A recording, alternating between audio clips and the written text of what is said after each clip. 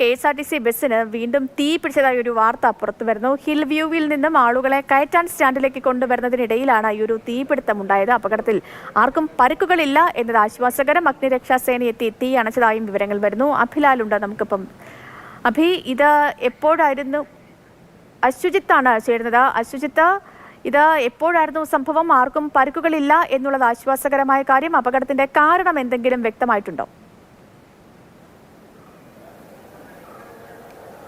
Sethu, good morning. ആർക്കും പരിക്കില്ല എന്ന് തന്നെയാണ് ഈ പ്രഭാതത്തിൽ നമുക്ക് ആശ്വാസകരമായി പങ്കുവയ്ക്കാൻ കഴിയുന്ന വാർത്ത. ഇത് രാവിലെ 6 മണിയോടെ, പുലർച്ചെ 6 മണിയോടെയാണ് അപകടം ഉണ്ടാകുന്നത്. പമ്പയിൽ ഭക്തരെ കയറ്റുന്നതിനായി ബസ്സുകൾ നിർത്തിയിട്ടിരുന്ന സ്ഥലത്ത് നിന്ന് സ്റ്റോപ്പിലേക്ക് എടുക്കുന്നതിനിടെയാണ് അപകടം ഉണ്ടായത്. ഈ അപകട കാരണം പ്രാഥമികമായി നമുക്ക് ലഭിക്കുന്ന വിവരങ്ങൾ പ്രകാരം ഷോർട്ട് സർക്യൂട്ടാണ് എന്നതാണ്.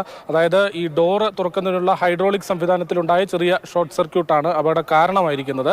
ഏതായാലും വലിയ അപകടങ്ങൾ ഉണ്ടായില്ല എന്നതാണ് ഇവിടെ ആശ്വാസമായി പറയേണ്ടത്. കാരണം ഈ ആദ്യ ഒരു തീ പടർന്നത് ശ്രദ്ധയിൽപ്പെട്ട ഉടൻ തന്നെ ജീവനക്കാർ തന്നെ ബസ്സിലുണ്ടായിരുന്ന ഫയർ എക്സ്റ്റിംഗ്വിഷർ ഉപയോഗിച്ച് തീ കെടുത്തുകയും പിന്നാലെ ഫയർഫോഴ്സിനെ വിളിക്കുകയാണ് ഉണ്ടായത്. തൊട്ടു പിന്നാലെ തന്നെ ഫയർഫോഴ്സ് എത്തി തീ പൂർണ്ണമായും കെടുത്തുകയും ചെയ്തു.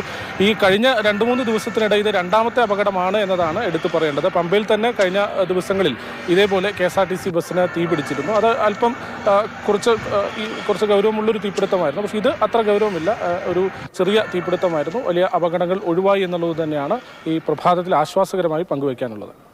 ശരി ഏജ്, എന്താണെങ്കിലും ആശ്വാസകരമായ ഒരു കാര്യം, ആർക്കും അപകടങ്ങളില്ല എന്നുള്ളതാണ്. മാത്രമല്ല, ഈ പറഞ്ഞതുപോലെ തന്നെ തുടക്കത്തിൽ തന്നെ ആ അപകടം ആരംഭിച്ചപ്പോൾ തന്നെ തീ അണയ്ക്കാൻ കഴിഞ്ഞതൊക്കെ വലിയ ആശ്വാസകരമായി മാറുകയും ചെയ്തു.